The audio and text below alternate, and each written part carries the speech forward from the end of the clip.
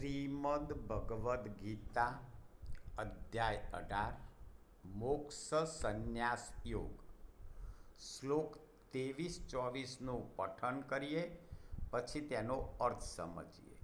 શ્લોક 23.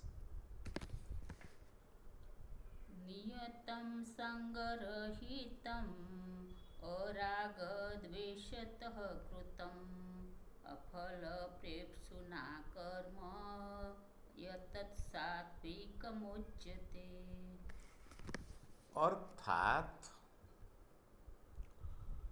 કૃષ્ણ ભગવાન અર્જુનને સાત્વિક કર્મનો અર્થ સમજાવતા કહી રહ્યા છે કે જે કર્મ શાસ્ત્ર વિધિથી નિયત થયેલું હોય,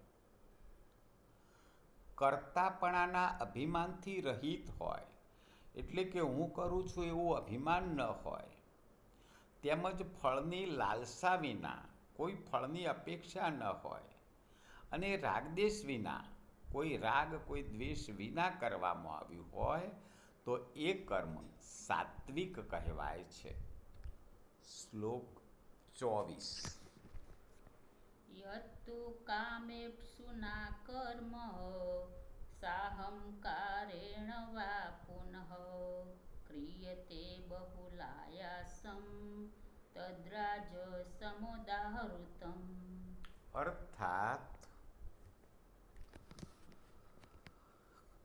કૃષ્ણ ભગવાન અહીં રાજસ કર્મ સમજાવતા કહી રહ્યા છે કે જે કર્મ ઘણો પરિશ્રમ વેઠીને કરાય છે, ખૂબ જ પરિશ્રમ કરીને કોઈ કર્મ કરે છે, વળી ભોગોને ઈચ્છતા માણસ વડે કે અહંકારી માણસ વડે કરવામાં આવે છે, ભોગની ઈચ્છાથી કરવામાં આવે, અહંકારથી કરવામાં આવે, તો એ કર્મ રાજસ કર્મ કહેવાય છે. જય શ્રી કૃષ્ણ.